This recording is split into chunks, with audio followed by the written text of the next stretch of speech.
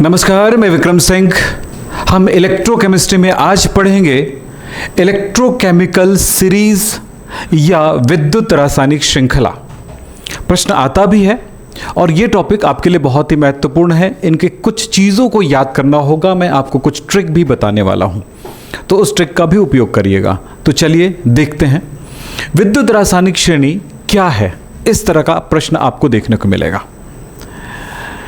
विद्युत रासायनिक श्रेणी हमने पिछले क्लास में पढ़ा था कि अलग अलग एलिमेंट्स का इलेक्ट्रोड पोटेंशियल होता है, इलेक्ट्रोड विभव होता है। हर एक इलेक्ट्रोड विभव यानी इलेक्ट्रोड विभव किसको बोलते हैं? हर एक इलेक्ट्रोड, हर एक तरह के तत्व या कोई धातु अगर उसे एक एसटीपी पर ले जाया जाए, यानी कि सामान्य ताप एवं दाब पर एक मोलर सांद्रता पर ले जाया जाए, तो उस स्थिति में वो एक मानक इलेक्ट्रोड बनने की स्थिति में एक निश्चित विभव उत्पन्न करता है। हर एक एलिमेंट का अपना एक विभव होता है, एक इलेक्ट्रोड पोटेंशियल होता है। अलग अलग तत्वों का इलेक्ट्रोड विभव जो अलग अलग होता है, जिसका कम होता है उन्हें हम पहले रख दिए, जिसका ज़्यादा होता है उसे बाद में रखेंगे और जिसका ज़्यादा होता है उसको बाद में रखेंगे। यानी हम अपचयन अभिक्रिया के आधार पर मानक अपचयन विभव की गणना करते हैं और अलग अलग एलिमेंट्स का एक श्रेणी बनती है, एक श्रृंखला बन जाती है। इसे हम कहते हैं विद्युत रासायनिक श्रेणी या मानक अपचयन विभव श्रेणी। तो ज़रा ध्यान से सुनिएगा, विद्युत रासायनिक श्रृंखला क्या है। तो हम यहाँ पर इस तरह से कहेंगे, विभिन्न तत्वों को उनके मानक अपचयन विभव के बढ़ते हुए क्रम में रखने पर जो श्रेणी प्राप्त होती है, जो क्रम प्राप्त होता है, उसे हम मानक अपचयन विभव श्रेणी कहते हैं। मैं यहाँ तक समझ रहा हूँ कि आप इसके जस्ट पहले वाला वीडियो आप एक बार ज़रूर देख लीजिएगा, ताकि अब जो हम पढ़ेंगे वो बहुत काम का चीज़ है, वो हमारे काम आएंगे। अब ये मानक अपचयन विभव श्रेणी के इस तरह का टेबल आपको अपने बुक में मिलेगा, जिसमें अलग अलग एलिमेंट्स मिलेंगे। जैसे देखिए यहाँ पर है, सबसे पहले दिखा रहा हूँ लिथियम। लिथियम का अपचयन होने पर या इलेक्ट्रोड विभव हमें मिल रहा है -3.045। इसी तरह से पोटेशियम का मिल रहा है देखो लिथियम का क्या मिला, -3.045 यानी -3, और यहां पर आ रहा है पोटेशियम का -2.9। देखो माइनस में वैल्यू जितनी बड़ी होगी वह वैल्यू उतना ही छोटा माना जाएगा और उतना छोटा होता है। लेकिन जैसे जैसे माइनस वैल्यू का वैल्यू जो है वो कम होता जाता है, यानी उस वैल्यू को बड़ा माना जाता है। इसी तरह से बढ़ते बढ़ते बढ़ते बढ़ते ये वैल्यू 0 तक पहुंच जाती है और उसके बाद प्लस में आता है वैल्यू, और वो इस तरह से प्लस वैल्यू बढ़ती जाती है। तो बहुत सारे एलिमेंट हैं और इन सारे एलिमेंट का ये एक मानक अपचयन विभव है, यानी इलेक्ट्रोड विभव है। इस इलेक्ट्रोड विभव का ये जो क्रम है, इसको कहते हैं मानक अपचयन विभव श्रेणी या विद्युत रासायनिक श्रेणी। लेकिन इन विद्युत रासायनिक श्रेणियों को हम याद कैसे रखेंगे, ये महत्वपूर्ण है। तो मैं आपको बताना चाहूँगा, मैंने कुछ एलिमेंट्स यहाँ पर इनमें से निकाल करके रख दिए हैं जो आपके एग्ज़ाम में बहुत ही इम्पॉर्टेंट है, आते हैं और इससे रिलेटेड बहुत सारे प्रश्न बनते हैं।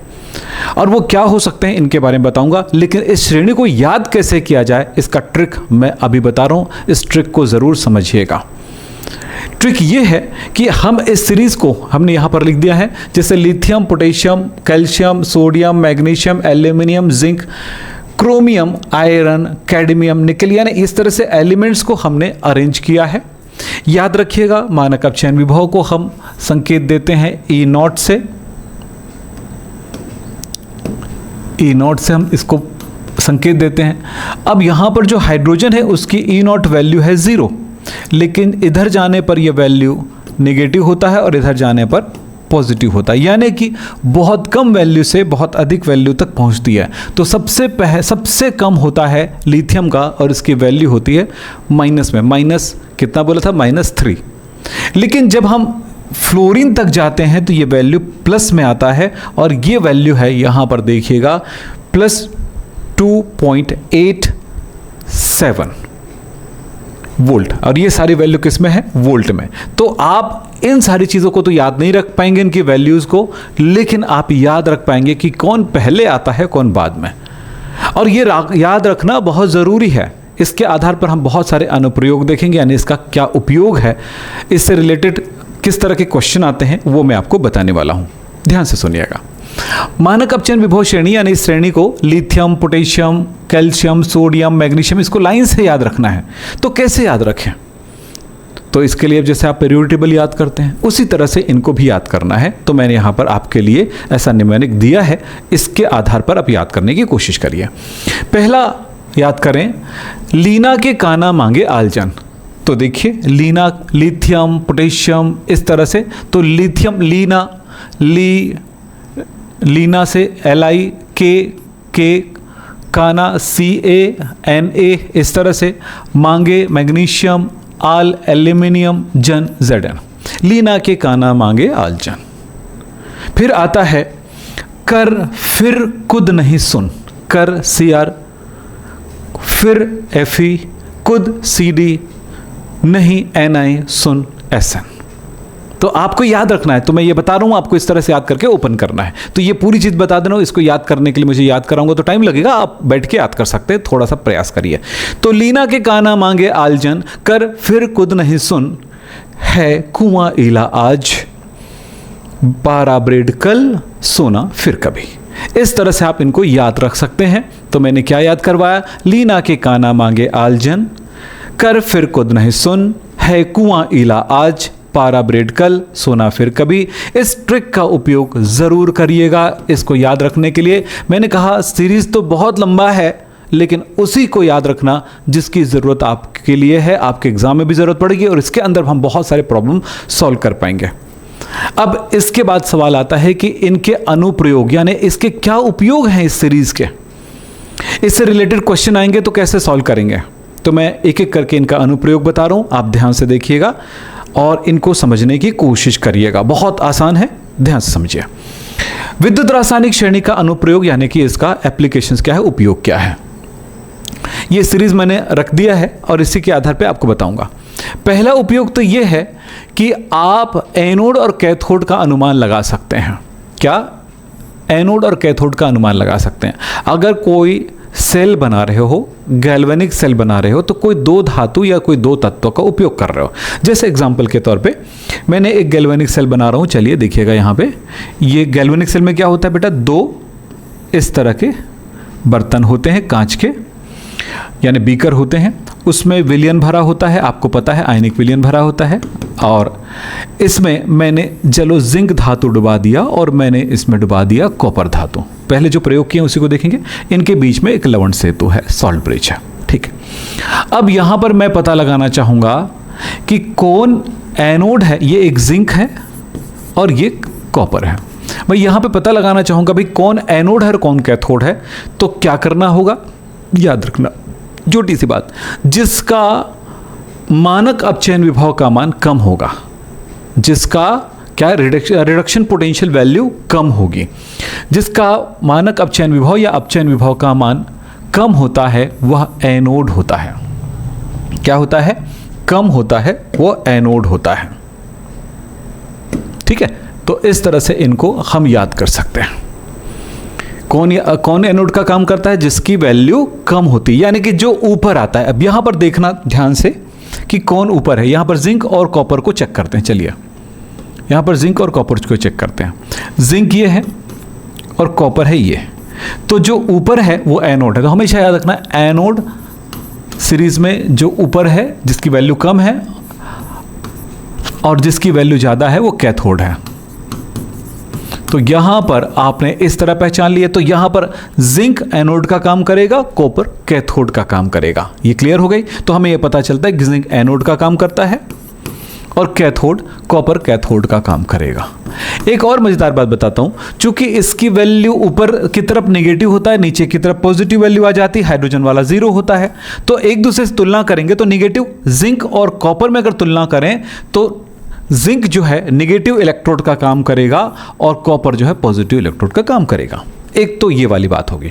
अब बात हो सकता है कि ना समझ में आया हो, एक और एग्जांपल बताता हूं तो समझ में आ जाएगा। चलो एक और सेल बनाते हैं। इस सेल में मैं काम कर रहा हूं, चलो इनको और एक विलयन हमें, ये लवण सेतु है यानी सॉल्ट ब्रिज है, ये कोई विलयन है। इसमें मैंने 2 मेटल डुबा दिया। चलो देखिए कौन सा मेटल है। चलो मैंने इस जगह पर डुबा दिया गोल्ड AU और इस जगह पर डुबा दिया मैंने चांदी AG। अब यहां पर आप पता लगाओ कौन ऊपर है कौन नीचे है।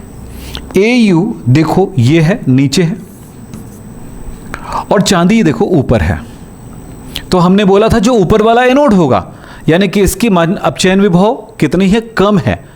यस, रिडक्शन पोटेंशियल कैसी, कम है। तो जिसका कम होता है या जिसका जो ऊपर होता है वो क्या करेगा, एनोड का काम करेगा। तो कौन है, सिल्वर। सिल्वर यहां पर एनोड है और यहां पर गोल्ड कैथोड है। और एनोड ऊपर है और वैल्यू नेगेटिव होती है, तो ये सीधा सीधा समझ जाए ये नेगेटिव है और ये पॉजिटिव है। यानी एक सेल बना रहे हो जिसमें सोना और चांदी उपयोग किया गया है। तो सोने और चांदी का उपयोग करके जो बैटरी बना, जो सेल बनाई गई है, गैल्वेनिक सेल बनाया गया है, विद्युत रासायनिक सेल बनाया गया है, उसमें कौन एनोड है कौन कैथोड है पता लगा सकते हैं। अब कोई भी और मेटल ले लो जो तुम्हारे घर में पड़ा हो। चलो ऐसे एक और बनाते हैं। चलिए ये लीजिए, मैंने 2 सॉल्यूशन लिया लवण सेतु। हाँ ऐसा भी कर सकते हो, ऐसा कुछ नहीं है, नमक का विलयन लेके भी बना सकते हो। तो इसको बताता हूँ थोड़ी देर में, इसको पहले बताता हूँ। चलिए यहाँ पर मैंने लोहा ले लिया, आयरन, और यहाँ पर मैंने एल्यूमिनियम की रॉड डाल दिया। अब लोहा ये है, चलो इसको हटाते हैं, फिर चेक करते हैं कौन ऊपर है कौन नीचे। लोहा ये है और एल्यूमिनियम ये है। देख लें, एल्यूमिनियम ऊपर है, जो ऊपर है वो एनोड है, तो यह एनोड का काम करा और ये नेगेटिव इलेक्ट्रोड का काम करेगा। ये नीचे है तो ये कैथोड का काम करेगा और ये पॉजिटिव प्लेट का काम करेगा। कुछ नहीं समझना है, सिंपल समझना है। तो एक सॉल्यूशन ले लीजिए, नमक का ही विलयन ले लेते हैं। चलिए नमक का विलयन एक्वस सॉल्यूशन। इसमें मैंने 2 धातुएं डुबा दी, 2 मेटल डुबा दिया, कोई भी मेटल, कोई भी जो आपको पसंद है इसमें से देख लीजिए। चलो मैंने मैग्नीशियम डुबा दिया इसमें Mg, और दूसरा इलेक्ट्रोड यानी दूसरा मेटल मैंने डुबा दिया इसमें, चलो कॉपर डुबा दिया। तो देखना यहां पे कौन ऊपर है कौन नीचे है, उसको ध्यान से देखना। यहां पर मैग्नीशियम ये है और कॉपर यहां पे है। मैग्नीशियम ऊपर है, वो एनोड का काम करेगा, ये एनोड है और ये पॉजिटिव इलेक्ट्रोड है। कॉपर नीचे है, ये कैथोड है, ये नेगेटिव इलेक्ट्रोड का काम करेगा। तो अरे सॉरी उल्टा हो गया, प्लस माइनस पे ध्यान देना। ऊपर वाला जो है वो ये है, ये नेगेटिव और ये पॉजिटिव। तो यहां पर विद्युत रासायनिक सेल में याद रखना, आपके दिमाग में एक चीज बैठा होगा, सर प्लस वाला तो एनोड कहते हैं और माइनस वाले को कैथोड कहते हैं। तो याद रखना, जिस पर ऑक्सीकरण होता है वो एनोड है, जिस पर अपचयन होता है वो कैथोड है। दूसरी बात याद रखना, विद्युत रासायनिक सेल यानी कि ऐसा सेल जिनसे विद्युत प्राप्त करते हो, इलेक्ट्रिसिटी प्राप्त करते हो, जो आपके घर में बैटरी होती है, उसका एक्चुअली एनोड जो है वो नेगेटिव है और उसका पॉजिटिव जो है वो कैथोड है। लेकिन जब हम किसी विलयन में विद्युत धारा प्रवाहित करते हैं उस टाइम प्लस वाला एनोड होगा और माइनस वाला कैथोड होगा, जिसको इलेक्ट्रोलाइटिक सेल कहते हैं। तो ये इनके बारे में बात हुई है, या आगे जाकर के और भी कुछ चीज़ें सिखाऊंगा तब समझ में आ जाएगा। तो इतनी बातों को आपको समझना है। चलिए, तो यहां पर एक बात पता लगाना आ गया आपको कि कौन एनोड है कौन कैथोड, ये पता लगा सकते हैं। इसके बाद आता है दूसरी बात, गैल्वेनिक सेलों का विद्युत वाहक बल ज्ञात करना, यानी गैल्वेनिक सेल कितना वोल्ट विद्युत धारा आपको देने वाली है, इसका निर्धारण हम कैसे करेंगे। तो चलिए इसके लिए बताता हूं, एक फॉर्मूला है, E naught cell is equal to E naught cathode minus E naught anode. अब एक सेल के बारे में बात करते हैं, गैल्वेनिक सेल की बात करते हैं।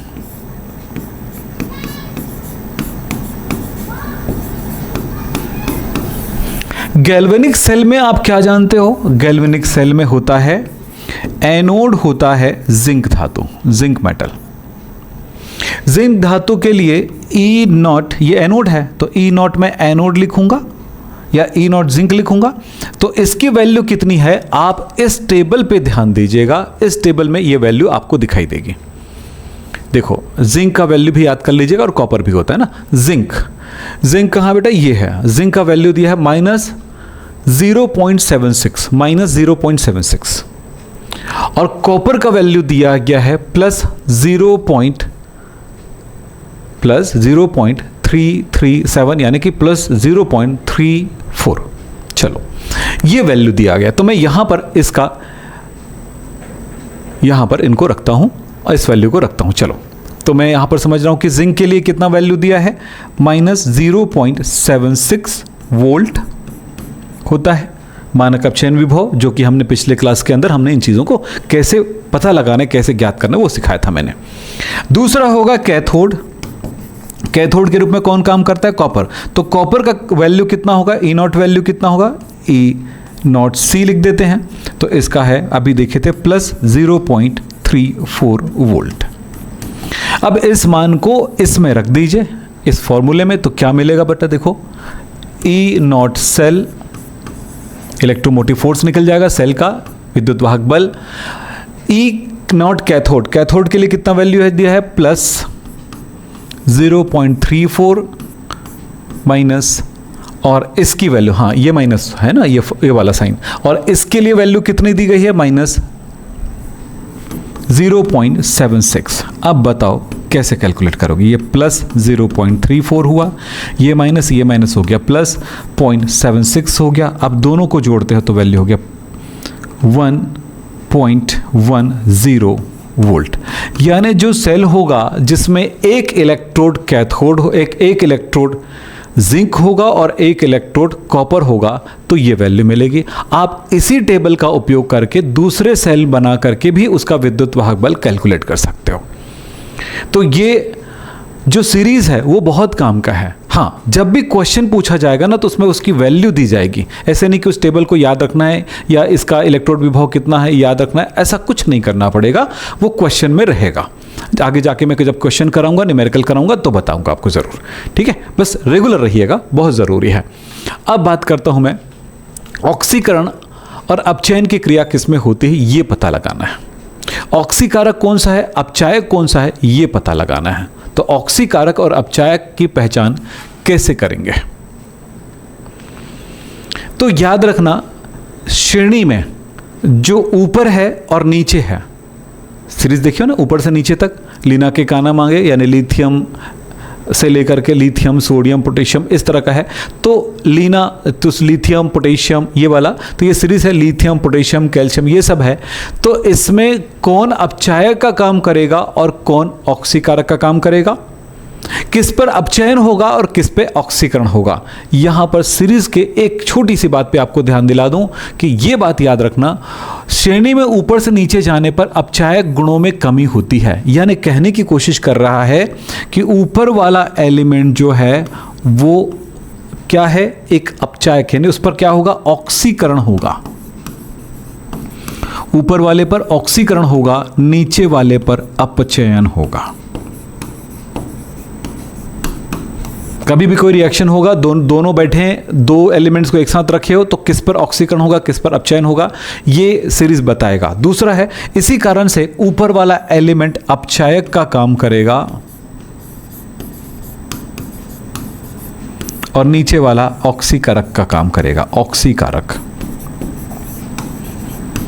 सिंपल है। इसके लिए बहुत सारे एग्जाम्पल्स हम ले सकते हैं, इस बारे में ध्यान रखेंगे। और वो क्या एग्जाम्पल हो सकता है जरा समझें। सिंपल सा एक एग्जाम्पल की बात करता हूं। चलो,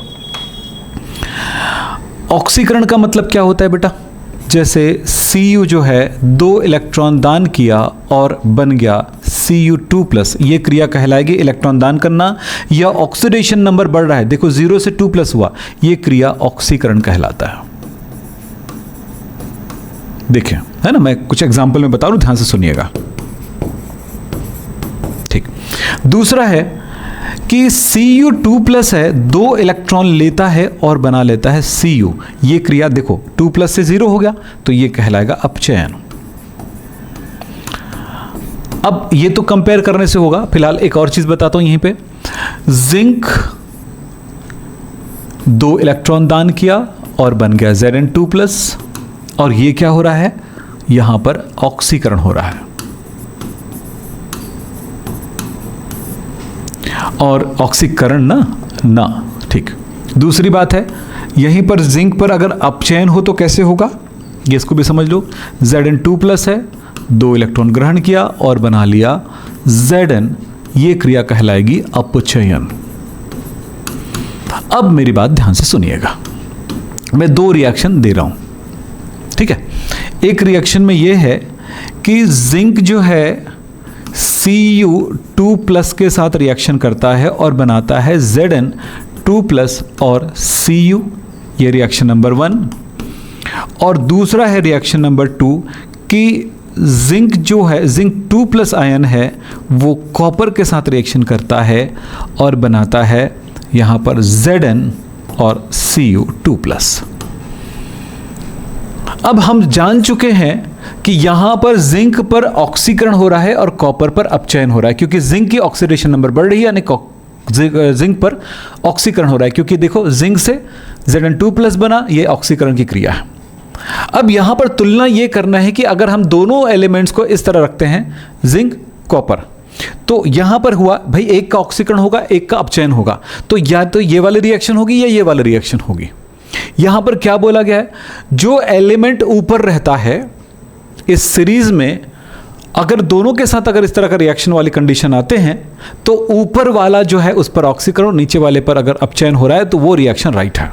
तो देखें क्या हुआ, जिंक ऊपर है बेटा और कॉपर जो है नीचे है, यानी कि यहां पर ऊपर वाले पर क्या होगा, ऑक्सीकरण होगा। तो ऑक्सीकरण की क्रिया किस में हुई, ऑक्सीकरण की क्रिया हुई जिंक पर। तो देखो जिंक पर ऑक्सीकरण मतलब क्या हुआ, जिंक पर ये वाली रिएक्शन, इस जगह पर इस घटना में क्या होना चाहिए कि जिंक पर ऑक्सीकरण होना चाहिए, जिंक पर ये वाली रिएक्शन होना चाहिए, और नीचे वाले पर अपचयन होना चाहिए, मतलब ये वाला नीचे वाला रिएक्शन होना चाहिए। तो देखें जिंक 2+ बनाएगा, जिंक 2+ बनाएगा, यस। कॉपर 2+ से Cu बनाएगा, कॉपर 2+ से Cu बनाएगा, यानी इस जगह रिएक्शन में देखने को मिल रहा है, जबकि इस जगह पे उल्टा दिखाई दे रहा है।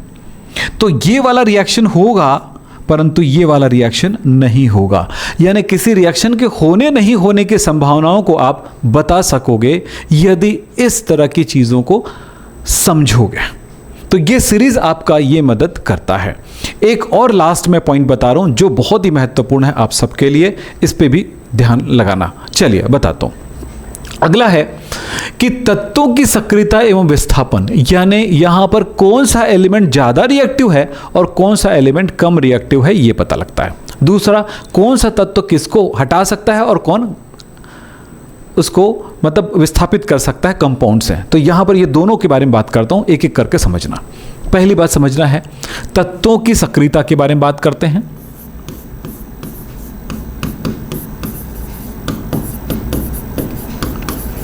यानी रिएक्टिविटी ऑफ एलिमेंट्स। तत्वों की सक्रियता में तत्व 2 प्रकार के होते हैं भाई।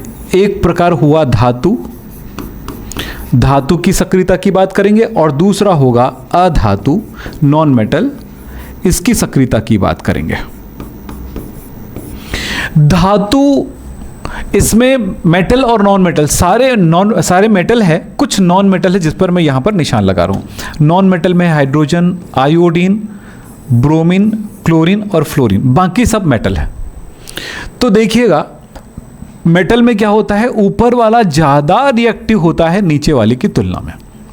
बड़ा गोला लगाया मतलब अधिक क्रियाशील, ये कम क्रियाशील। दूसरी बात, अधातु में देख रहे हैं कि ऊपर वाले की तुलना में नीचे वाला ज्यादा क्रियाशील है, यानी उल्टा है। देखो ऊपर वाले ऊपर से नीचे आएंगे तो क्रियाशीलता घट रही है, रिएक्टिविटी घट रही है। मतलब लिथियम ज्यादा क्रियाशील है पोटेशियम से, इसके नियम के अनुसार। दूसरी बात है, इससे कम क्रियाशील है कौन आया, कैल्शियम आया, ये लिखा है इनके अनुसार ना, जैसा ये सीरीज बना हुआ है उनके अनुसार हमारे पास ये सोडियम है, उनके अनुसार हमारे पास ये मैग्नीशियम है। तो ये बताता है इस सीरीज के अनुसार काम करें। तो अब इधर बात करते हैं अधातुओं में। तो हाइड्रोजन की तुलना में ज़्यादा रिएक्टिव होगा आयोडीन, और आयोडीन से ज़्यादा ब्रोमीन, ब्रोमीन से ज़्यादा क्लोरीन, और क्लोरीन से ज़्यादा होगा फ्लोरीन, ये पता चल रहा है। ऐसे ही आप नीचे आते जाओ, मैग्नीशियम से कम एल्यूमिनियम, एल्यूमिनियम से कम जिंक, जिंक से कम क्रोमियम, यस, इससे कम आयरन, इससे कम कैडमियम। इस तरह से नीचे आते आते लास्ट में जब जाओगे तो पता चलता है कि गोल्ड सबसे कम क्रियाशील है। ये हुआ क्रियाशीलता की बातें। अब इतनी बात तो समझ में आ गया कि कौन ज़्यादा रिएक्टिव है और कौन कौन रिएक्टिव है। मेटल को मेटल के साथ कंपेयर करना और नॉन मेटल को नॉन मेटल के साथ। अब इसी चीज़ को हम आधार मानते हुए हम आगे की बातों को समझते हैं। एक लाइन आप ध्यान रखना। और अब दूसरी, ये तो है सक्रियता वाली बात। अब दूसरी बात है विस्थापन वाली बात करते हैं। तो विस्थापन के बारे में बात करें, चलिए समझना है। विस्थापन यानी कि हम क्या कहेंगे इसको, डिस्प्लेसमेंट या रिप्लेसमेंट भी कह सकते हैं, हटाने वाली बात होती है, कौन किसको हटा सकता है। तो चलिए विस्थापन,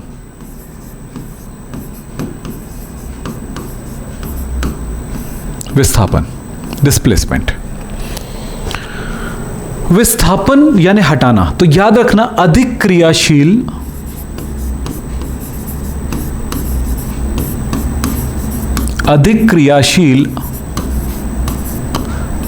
तत्व कम क्रियाशील को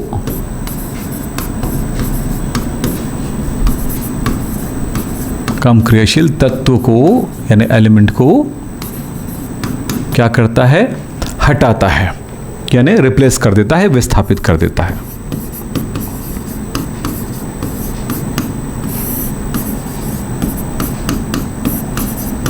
मैं एग्जाम्पल दिखाता हूं, आप ध्यान से समझिएगा। अब मैं क्रियाशीलता के बारे में, मैं यहां पर एक रिएक्शन लिख रहा हूं, उसको समझना। दो रिएक्शन है, CuSO4 प्लस Zn, रिएक्शन है ZnSO4, यानी कि जिंक ने कॉपर को हटाया और खुद वो उसमें जुड़ गया, तो कॉपर हट जाएगा यहां से। तो ये SO4 से, CuSO4 में से उन्होंने कॉपर को हटा करके जिंक जुड़ रहा है, तो क्या हुआ, कॉपर अलग हो गया। या एक रिएक्शन ये भी हो सकता है कि ZnSO4 में Cu की रिएक्शन कराएंगे, तो Cu ने जिंक को हटाया तो बन गया CuSO4 और खुद जिंक अलग हो गया। अब यहां पर यह समझना होगा कि कौन ज़्यादा रिएक्टिव है। तो रिएक्टिविटी किसकी ज़्यादा है, देखो तो रिएक्टिविटी ऑर्डर किसकी ज़्यादा है, हमें समझना है। तो हमें याद रखना पड़ेगा इस बात को कि कौन ज़्यादा क्रियाशील है, क्रियाशीलता। क्या बोला, क्रियाशीलता। देख रहे हैं क्रियाशीलता, जिंक ज्यादा क्रियाशील है कॉपर से। क्यों, क्योंकि मैंने बताया था ऊपर वाला धातु ज्यादा क्रियाशील होता है नीचे वाले धातु से। तो देखिए यहां पे कॉपर और जिंक में कॉपर ज्यादा क्रियाशील है जिंक की तुलना में, ये सीरीज भी बना दिया मैंने। तो जो ज्यादा क्रियाशील है वो हटाएगा, तो यहां पर है जिंक और कॉपर में ज्यादा क्रियाशील कौन है, जिंक और कॉपर में ज्यादा क्रियाशील कौन है, जिंक। तो जिंक कॉपर को हटा करके जुड़ गया और बन गया ZnSO4 और Cu अलग हो गया। लेकिन कॉपर जो है कम क्रियाशील है, ये इसको नहीं हटा सकता, यानी कि ये वाला रिएक्शन तो होगा परंतु ये वाला रिएक्शन नहीं होगा। ये आप याद रखिए, ये वाला रिएक्शन नहीं होगा।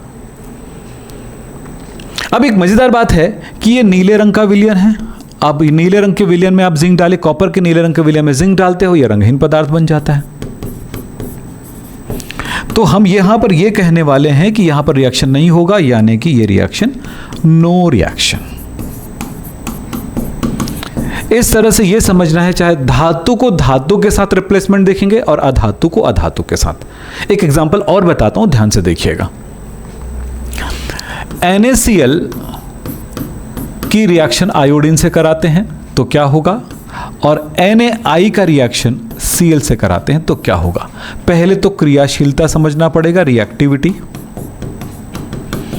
रिएक्टिविटी ऑर्डर में देखेंगे तो क्लोरीन ज्यादा क्रियाशील है आयोडीन से, क्योंकि मैंने आपको बताया था यहां पे कि अधातुओं में नीचे जाते हैं तो क्रियाशीलता बढ़ती है। तो आयोडीन की तुलना में क्लोरीन नीचे है तो नीचे वाला ज्यादा क्रियाशील है। तो क्लोरीन ज्यादा क्रियाशील है तो क्लोरीन हटा देगा आयोडीन को, तो क्लोरीन हटाएगा आयोडीन को, तो कहाँ है, ये क्लोरीन है, इसको हटा करके खुद जुड़ जाएगा, तो यहां पर हुआ NaCl, आयोडीन अलग हो गया इस तरह से। लेकिन यहां पर कोई रिएक्शन नहीं होगा, नो रिएक्शन।